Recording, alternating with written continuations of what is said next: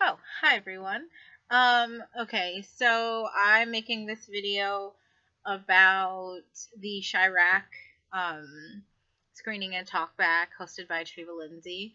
As we know, I love Treva Lindsay so much, and she's my number one academic crush. So I was really excited to go to this. So I went to this. Winhow and Zadika and Chantel all went to this. Kind of sort of together. Well, yeah, we sat together.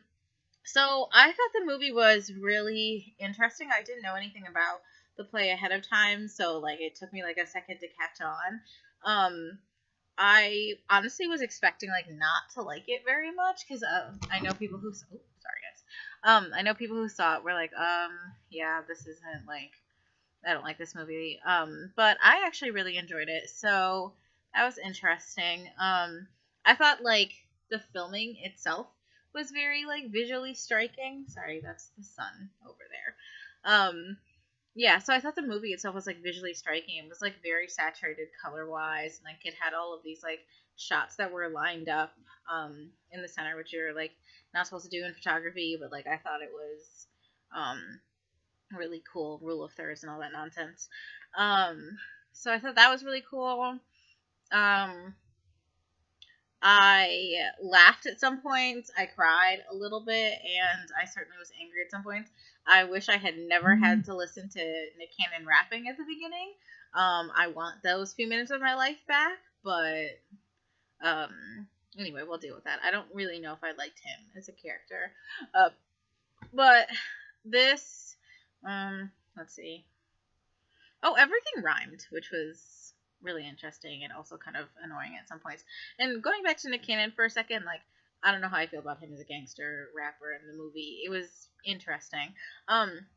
But then the talkback was with the man who wrote the screenplay, and Treva Lindsay hosted it. I can't remember his name. So I'll probably tag him as it after I submit this. But so yeah, it was really interesting. There were a lot of questions from the audience about like more like intersectional analysis of it. So um like he got challenged. Like the screenwriter got challenged both by Dr. Lindsay and also like people in the audience. I think one of my favorite questions was like toward the end.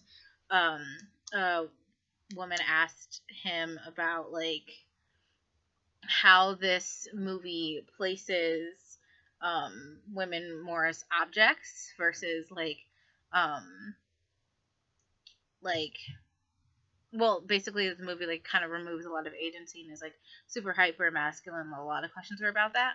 Um, I disagree with the concept like it didn't give any women any agency because I was like it doesn't make any sense because they're literally dictating what they do and they don't do with their bodies. Which I was really fond of in the concept of the movie. But it was really interesting to like see him try the screenwriter to see um him try to like answer these questions because he like didn't really engage with a lot of intersectional like analysis like of his movie, which sounds super harsh, but he like really didn't. Like people brought up like how this looks for women and like where are the queer people in this, like what does this have to do with gender and like all of these things, and he didn't really engage with these questions. Like he was very roundabout and he was like super contradictory about things. So he was like, I make movies for the smartest person in the room. But then he also said like I want to make movies where like that are super inclusive. So it was really confusing. But yeah, all in all it was absolutely lovely. It definitely connects to race and sexuality because shy the movie is quite literally focused on the women in the movie going on a sex strike to prevent violence in Chicago.